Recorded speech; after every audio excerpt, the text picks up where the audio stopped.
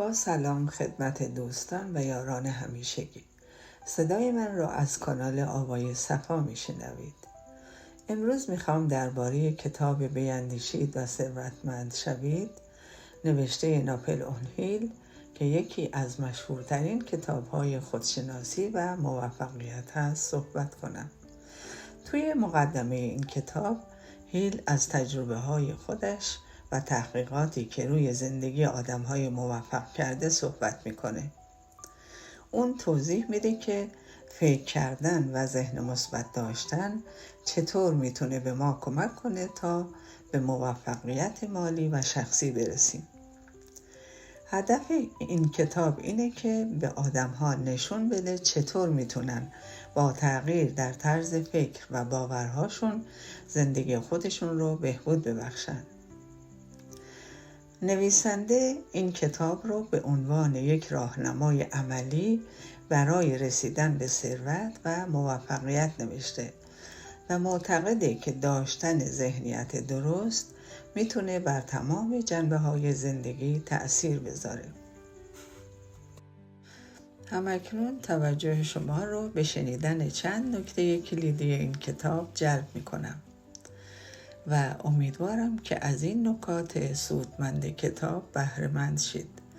برای دریافت مفاهیم بیشتر و درک بهتر این کتاب بهتر هست که اون رو مطالعه کنید. از لطف شما بی نهایت سپاسگزارم.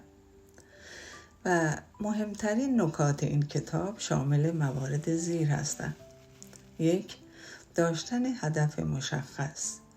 اون میگه باید بدونیم که دقیقاً چه چیزی میخوایم و برای رسیدن به آن برنامه ریزی کنیم. 2. ایمان و باور قوی داشته باشیم. اگر به خودمون و توانایی هامون ایمان نداشته باشیم موفقیت غیر ممکنه. 3. تفکر مثبت.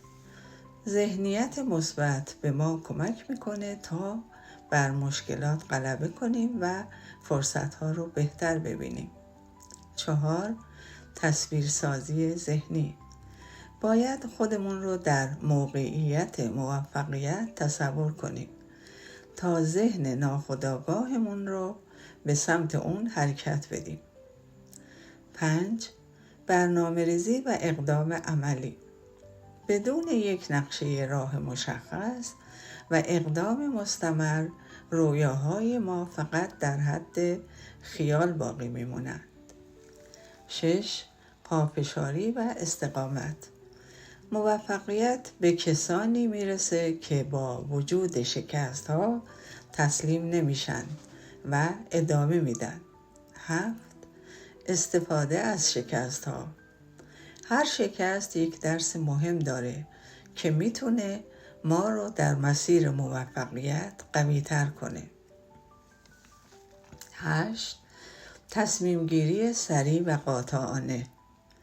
افراد موفق با اطمینان تصمیم میگیرند و در مسیر خود تردید نمی کنند. 9.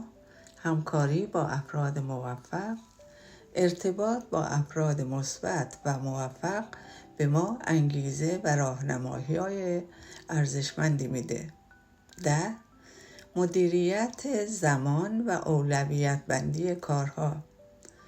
اگر زمان خود را درست مدیریت نکنیم فرصت‌های بزرگ را از دست خواهیم داد.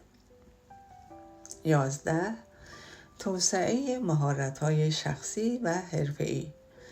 برای رشد در مسیر موفقیت باید همیشه در حال یادگیری و بهبود خود باشیم. 12.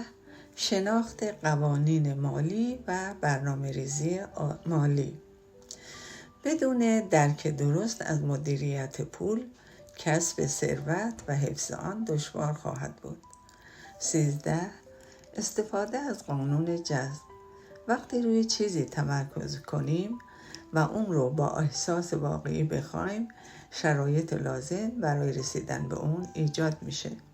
14. تحمل سختی ها. مسیر موفقیت پر از چالش هست و تنها کسانی که صبور و مقاوم باشند به هدفشون میرسن. و در نهایت 15 خلاقیت و انعطاف پذیری. مشکلات همیشه پیش میان، اما افراد موفق با خلاقیت راه حل پیدا می کنند و خود رو با شرایط وفق میدن.